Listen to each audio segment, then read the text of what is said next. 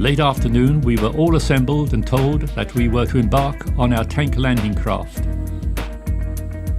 On the Don Troop TLC, the 4 105mm Priest guns mounted on the Sherman tank chassis went on first.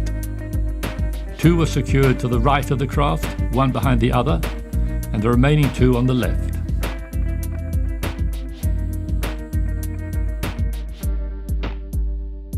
It was late evening when we set off into the Solent, heading towards the English Channel. I clearly remember seeing the Isle of Wight disappearing from sight on my right as we headed south.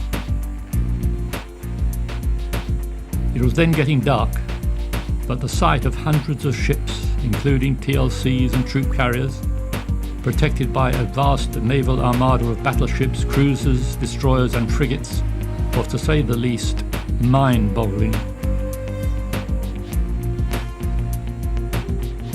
One had to ask oneself, what have I let myself in for?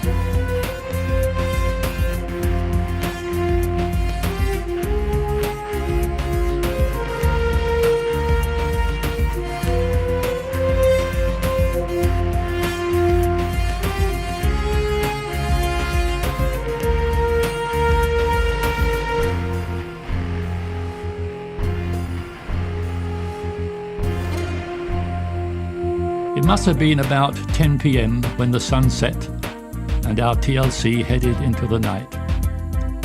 I calculated that the sun would rise in about 6 to 7 hours, at which time we should have reached the French coast. You might well ask, what would be going through the mind of a young man of barely 20 years, whose life could be on the line in just a few hours' time? How many millions of servicemen during the wars of the last century have had to face what I was about to go through?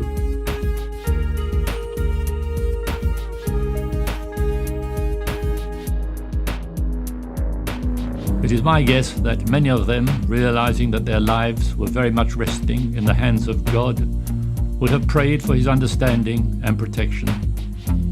This is exactly what I did. With the New Testament in my hand, as dawn approached, I prayed for my family and friends and for my safe return to them.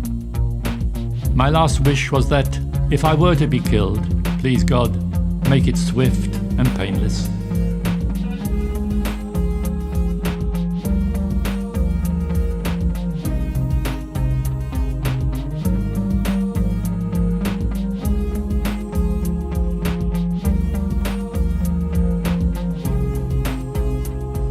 I returned the New Testament to the breast pocket of my battle dress, which was its home for the 5 years I spent in the armed forces.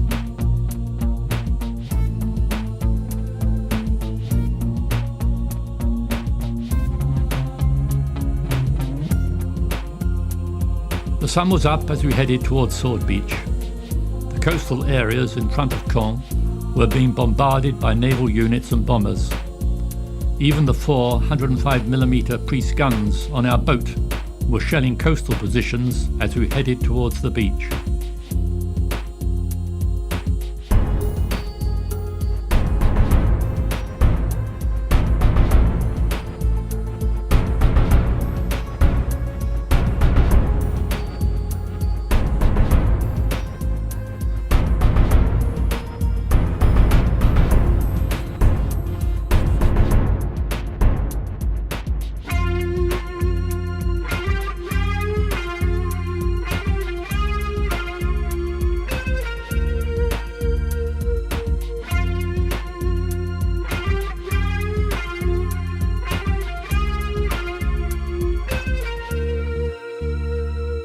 There was an eerie silence. It could have been the calm before the storm. Then something happened which moved me so deeply that I still feel its impact so clearly today. In the half-light, from behind a barn about a quarter of a mile away from our position, a lone piper from the King's Own Scottish Borderers, a battalion our regiment was supporting, started to play a lament on his bagpipes. In the profound silence of approaching nightfall, the effect on me as well, I suspect, as on the many other troops in the area, was electrical. It was a lament for the dead which filled one with sadness, but which, oddly enough, at the same time, filled one with courage to continue the struggle.